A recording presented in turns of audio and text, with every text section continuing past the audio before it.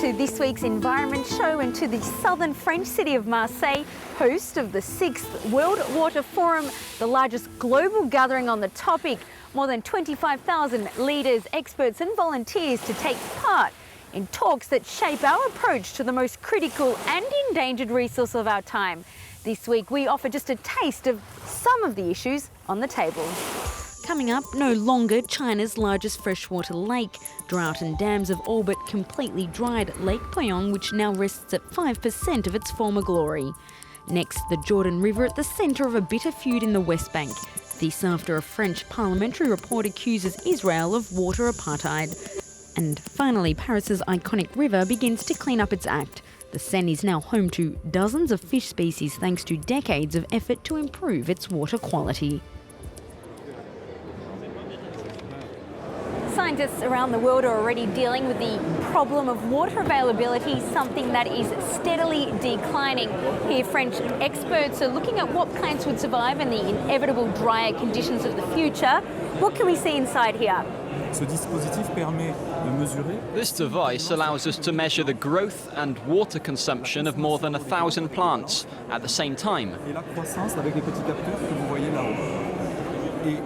The aim is to find out which plants are best able to grow with the least amount of water. Water shortage is already a problem in China. In just a few years, one of the largest bodies of water has all but dried.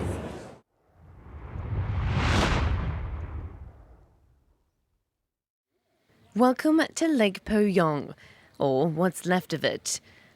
This road has been built on an island which was once in the middle of water. China's second biggest lake is drying up. It's lost 95% of its surface area and gone from 4,000 square kilometres to 200. This satellite photo shows what the lake was like in 2010 and today. Usually the water would be above your head, and you couldn't stand here. In 2010, it was still at normal levels, and one could make a living. Residents here believe it's the end of the world.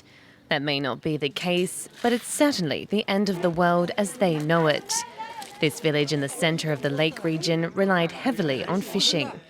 Today, the fish nets have been packed away, and the crayfish traps haven't even been taken out of their boxes. Last year, we couldn't even use the crayfish traps, but the year before we made €10,000 because of them.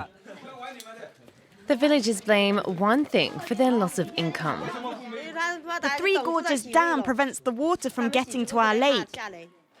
The Three Gorges Dam is the biggest of its kind in the world, and some have criticised it for its environmental impact.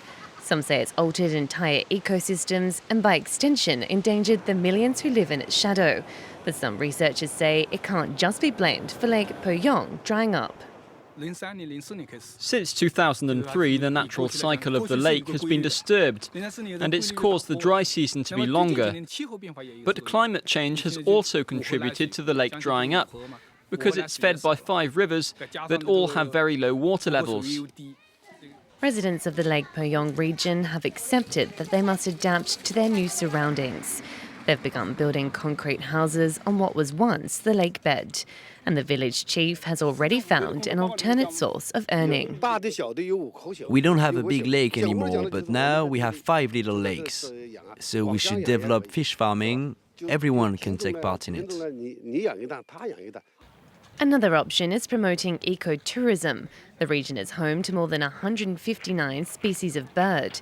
But the question is, if the lake dries up completely, will they stay?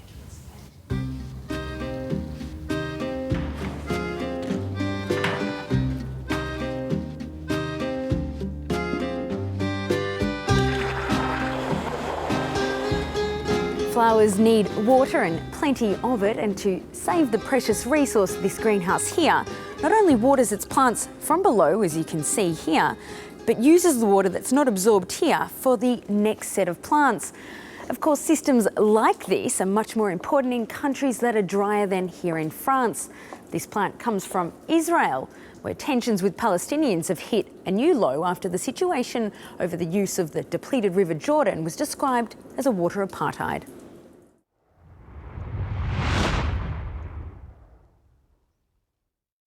For centuries, the Jordan River has been a source of livelihood and bitter conflict between the inhabitants of the region. For some, its waters are simply holy. This water is a blessing. Whoa, this stinks. The director of Friends of the Earth Middle East tells visitors that the Bible refers to this area as the gateway to the Garden of Eden. He says in this particular place, Israel is not doing good to it. This is absolutely disgusting. What we're seeing here is sewage flowing into the Jordan River. And in fact, this is presently what's flowing into the lower Jordan River just south of the Sea of Galilee. Other than pollution and overexploitation, sharing the Jordan is the most controversial issue. This Palestinian farmer accuses the Israelis of having left no water for these plantations. Everything is rotten because the trees are thirsty. Israeli authorities control much of the land around El Auja. They barred access to the Jordan River in this area. The villagers complain about their current dependency on an Israeli provider for drinking water and on this spring for agriculture. You see this? That's enough water for now. But 2 months from now, it will be dry because of the wells which take up all of the water. Whose wells? The Israeli wells. A local politician takes us to one of the wells which he blames for sucking all of the water out of the aquifers. All of these wells are for the Israelis. We Palestinians have no control over water. The Israeli settlement Yativ sits on top of a nearby hill.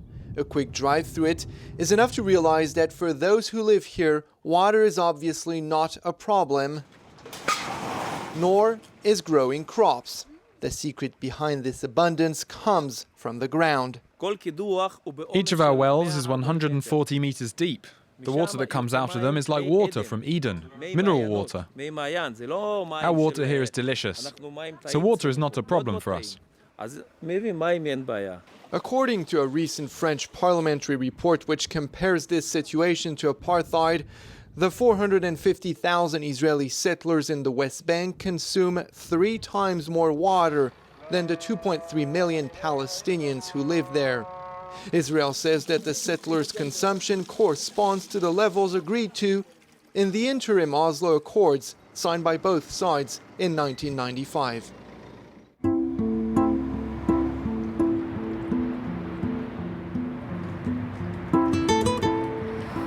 Teeming with salmon and other species, pollution meant that most fish disappeared from Paris's iconic river Seine at the turn of the 20th century. Now scientists and fishermen are hailing the return of not only Atlantic salmon but dozens of other species, a sign that the health of the river is back on track. But there is still some concern that the river is not yet entirely safe.